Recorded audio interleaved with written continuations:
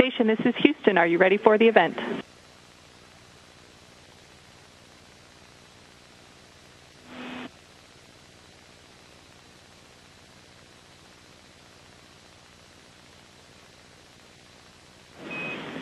Station, this is Houston. Are you ready for the event?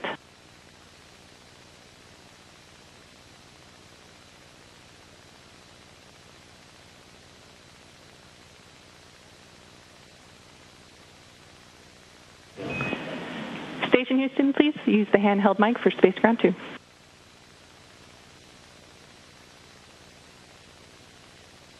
We are ready for the event. Madam Vice President, this is Mission Control Houston. Please call station for a voice check. Good afternoon. Can you hear me? Madam Vice President, we have you loud and clear. It's great to see you at JSC and an honor to speak with you from the International Space Station. I am so excited to be with you all as Vice President, as the head of the Space Council, and as an American who is a space nerd. I'm so thrilled to be with each one of you. And thank you for your excellence. Thank you for your service. How are you guys doing? We are doing great. We are fellow space nerds, and we really appreciate you and the Space Council and everyone there, the support that you all have for the human spaceflight program.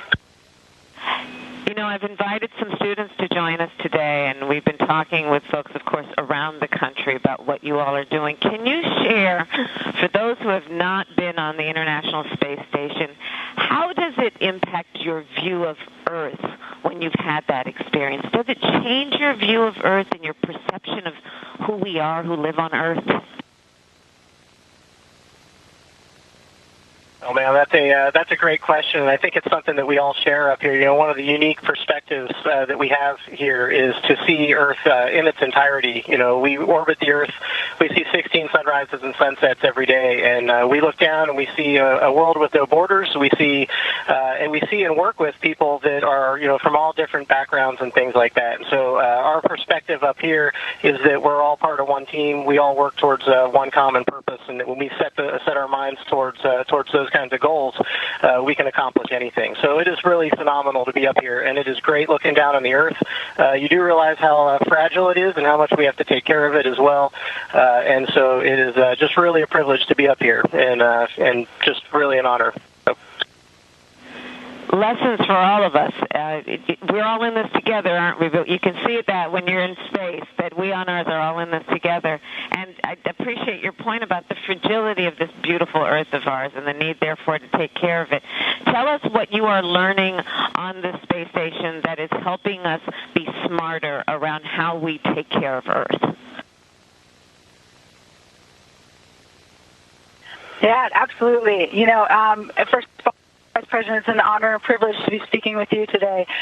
But yes, we are honored and privileged to be able to use the International Space Station as a test bed and as a laboratory to be able to learn lessons that we can apply to Earth. So things like learning how to grow plants without soil and being able to use that back on Earth to help with food security. Thinking about learning about how cells immune cells age while we're up here, and thinking about how we can help with immune cell aging back on Earth. There are so many different aspects of what we do up here that can be applied to making Earth a better place. And everything you spoke of is about life, isn't it? And what we can do through food, through the growth of agriculture that feeds the species and the population, but also what we can do to improve the condition of human life in terms of sickness, and what we can do and discover in terms of treatment. That really is so exciting.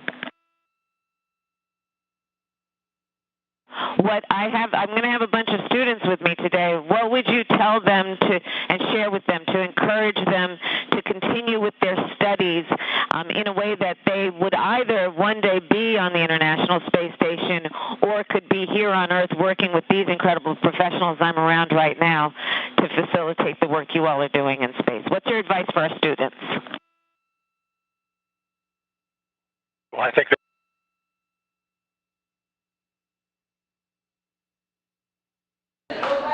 And just as the Vice President was asking her question, we passed out of range of our tracking and data relay satellite system for a few minutes. Vice President Harris, we are now resuming operational audio communication. So a brief conversation between the Vice President of the United States and Expedition 67 flight engineers Kjell Lindgren, Bob Hines, and Jessica Watkins. Again, the Vice President here in Houston and at the Johnson Space Center to chair her second meeting of the National Space Council this afternoon. That will be live on NASA television at 1:20 p.m. Central Time, 2:20 p.m. Eastern Time today.